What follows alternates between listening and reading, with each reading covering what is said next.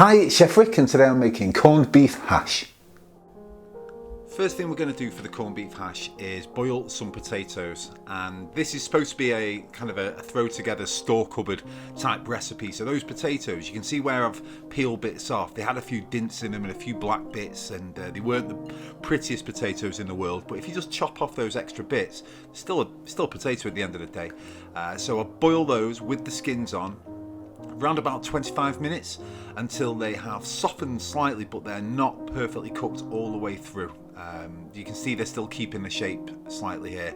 You let them cool completely before you chop them up like this, and it's a fairly rough chop, but you want to have kind of roundabout cubey shapes, because we don't want it to just turn into a mash, although it will break apart slightly. This is a tin of corned beef, and I'm going to show you how to open it. There'll be lots of people watching this now who are going like, you do not need to show us how to open corned beef. Been doing this for 50 years, but there's other people. I've seen plenty of people take a can opener to these, not knowing what they're doing. So you just take the key off the top, and there's that little metal flap at the bottom. You slide the key onto it, and then you turn it round. It'll only turn one way, and then you just work your way around the outside of the can like this, and it's kind of a really satisfying thing.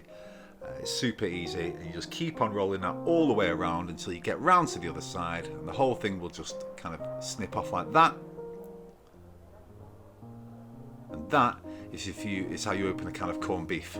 So yeah, someone watching that's like, ah, right, that's what you do. So we slide that out.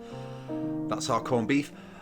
Again, when we're cooking this, it's going to break down slightly, but just so we can start with nice, decent sized chunks, cut it into lengths like this, into slices, and then take each of those slices and chop it into cubes, roughly about the same size as the potatoes. There you go, cube of corned beef.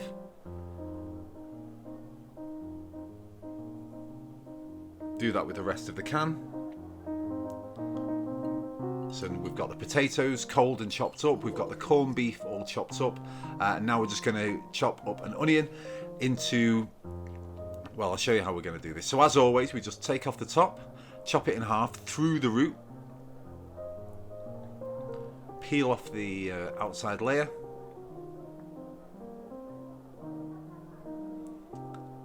and that's the onion.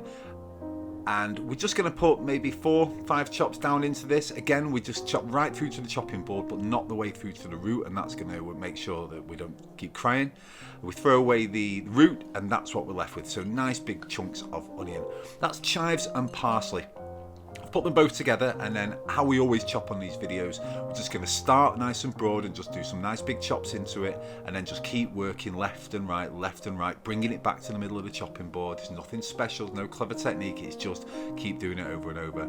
The one thing here that I do is, in the past I would have chopped the parsley, then chopped the chives, and then mix them together. What's the point? Put them both together and chop them, and you'll combine your herbs. Top tip that. Big knob of butter in a pan on a medium heat. The butter is not just to soften the onion, the butter is kind of part of the ingredient as well, so you want some of that flavour coming through. That's why we're using a very large knob. In go the onions, and we're just going to give that a good mix round until these are really nice and soft. And they'll start to get a little bit of colour on them, but because we're only cooking on a medium heat, we're not really frying them. We don't want them to go too brown, but you can see they're just starting to get some lovely colour on the outside there. And in goes the corned beef. Give it a mix round, let it combine, but then you really kind of want to get to the point where we're leaving this when we've got it in a pan. We don't want to play around with it too much. So there's in the potatoes. So now we've got the onions, which are lovely and softened, and we've got a little bit of colour on them. You've got that butter in the pan as well. In with the corned beef and the potato, and that's now absorbing all of the everything that's in the pan. Let it sit for a while without disturbing it. Add the herbs, and you can see now as I'm scraping it up from the bottom, you want to start seeing some colour on those potatoes, and you also want to see the corned beef get some crispy bits. So like there where I had to push it up and scrape it, that's the dream. You want to be scraping that up and getting some of those beautiful, like I say, crunchy and lovely colourful bits on this.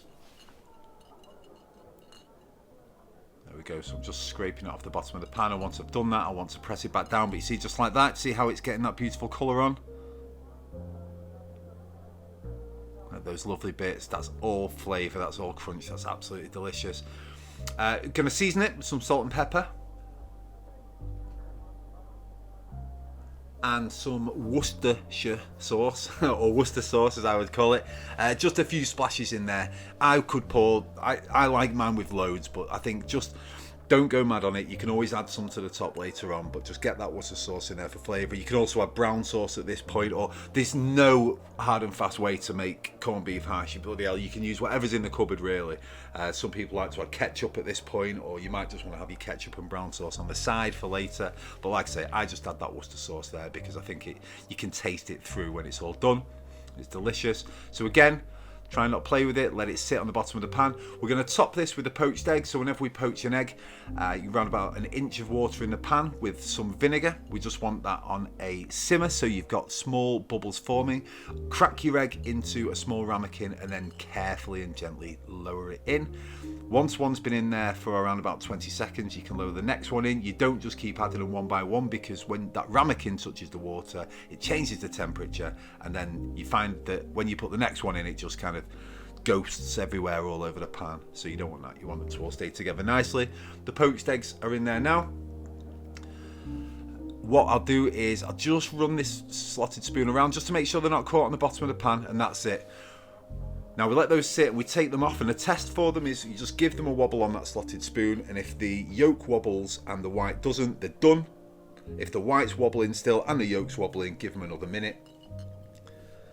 And now just for presentation here, you can have this however you want, but I think it looks really nice if you serve it. I put it in a ring,